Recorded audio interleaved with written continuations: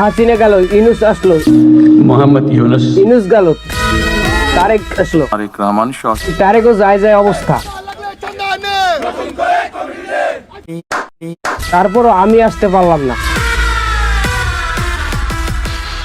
আসলে আমি কে, কি করতে চাই ভাবতে ভাবতে কেটে যায় অনেক দিন। হঠাৎ মনে পড়ে আমি একজন ইউটিউবার, আমার ভিডিও তৈরি করা দরকার। তিনি ভিডিও বানাবো তার কোনো আইডিয়া পাই না। আসলে আইডিয়া পাই না বললে ভুল হবে, মানে কি বলেন আপনি? দেশের এবং দেশের মানুষের যে অবস্থা, তাতে একদিনে 3 থেকে 4টা ভিডিও করা যায়।